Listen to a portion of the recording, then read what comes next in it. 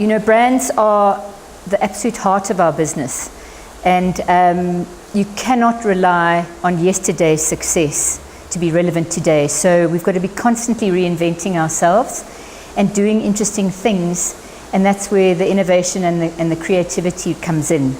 So we do really try very hard to be that one step ahead, and so that we don't look like something people have seen before. I think it was, I think it might have been Jeremy Bulmer, I'm not sure exactly who said it, but he said, people look at stuff that interests them, and sometimes that's an ad. But also, it could be a blog spot, it could be a tweet, it could be a Facebook post, it could be a pack.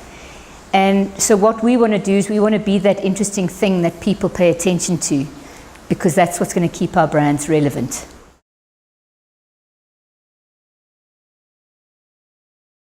I think that there are pockets. I think that there still are quite a lot of formulaic, kind of fairly sort of standard approaches out there. But I'm starting to see a lot more belief in the value and the goodwill that's developed when you do really creative things and you do innovative things. And the spin-offs are good for everybody. You know, it's Super Bowl weekend, this weekend in the US, and I've been seeing some of the pre-releases of the advertising, and I just wish there was more of that here as well, where people are really, really trying hard to bring in the fresh and bring in the new and embrace the brave, I guess.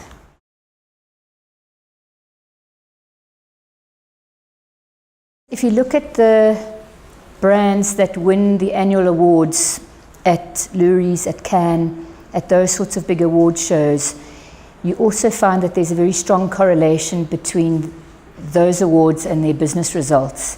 So it's not just frivolous, it's not just ego, it actually does build your brands and build your business. I think it's imperative. I think if you're not creative, it's really going to be difficult to achieve great business results.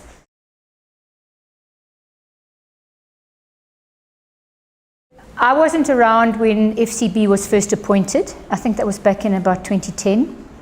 So I can only really speak from 2012 when I joined the company. And I think the relationship is characterized by its closeness, and that's deliberate.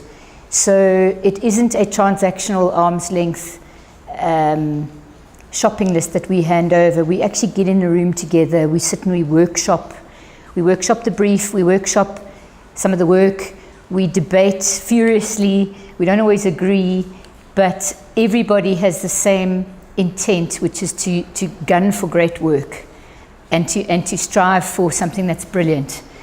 And I think that really kind of fuels the energy and the enjoyment of the whole thing. So it isn't a chore.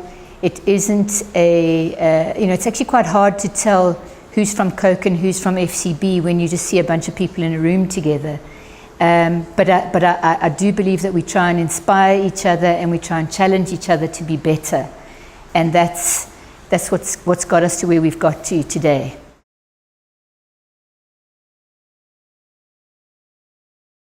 I would say marketing's not for sissies, number one. You have to be brave. I think you need to be curious. You need to ask lots of questions.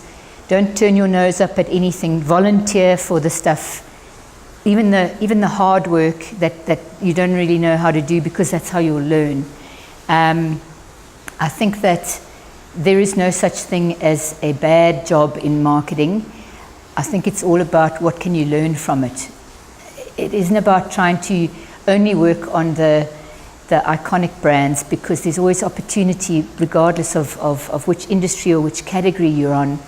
And I think that the other thing which certainly I've learned is there aren't any shortcuts.